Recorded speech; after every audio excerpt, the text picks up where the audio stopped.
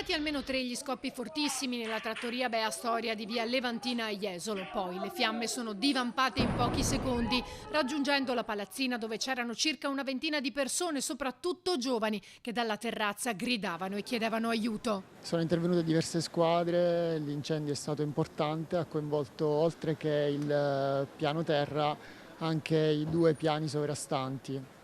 E infatti abbiamo dovuto provvedere all'evacuazione dei 2 piani, circa 20 persone, era una residenza di ragazzi.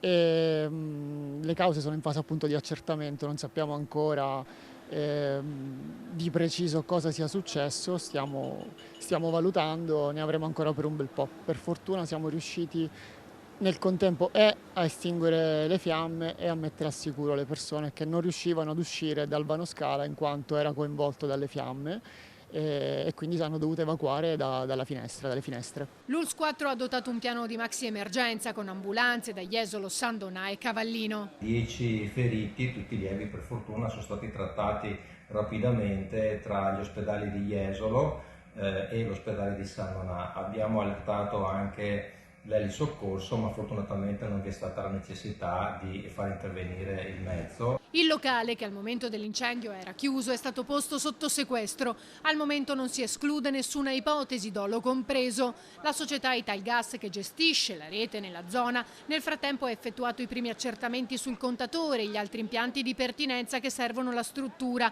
e sono risultati integri e non coinvolti nell'evento. A distanza di parecchie ore è ancora fortissimo l'odore di bruciato che proviene dal locale che ieri sera ha preso fuoco. I residenti della zona sono ancora sotto shock. Così come i ragazzi che hanno vissuto quell'incubo da cui non sapevano se sarebbero usciti vivi. Alcuni di loro in mattinata erano lì fuori ad attendere che i vigili del fuoco gli portassero abiti ed effetti personali, vista l'inagibilità degli appartamenti messi a loro disposizione dal titolare dell'albergo per cui lavorano come stagionali. Il sindaco, che poco dopo l'incendio si è immediatamente recato sul posto col vice sindaco, continua a monitorare la situazione. Sarebbe potuta diventare una vera e propria strage, in attesa che ovviamente le autorità facciano gli approfondimenti del caso per capire l'origine di questo incendio. Di certo siamo molto scossi perché è un evento che, come dicevo, poteva trasformarsi in una vera e propria strage, ma penso che gli interventi istantanei che sono stati garantiti dalle forze dell'ordine e dalle forze di soccorso hanno sventato il peggio.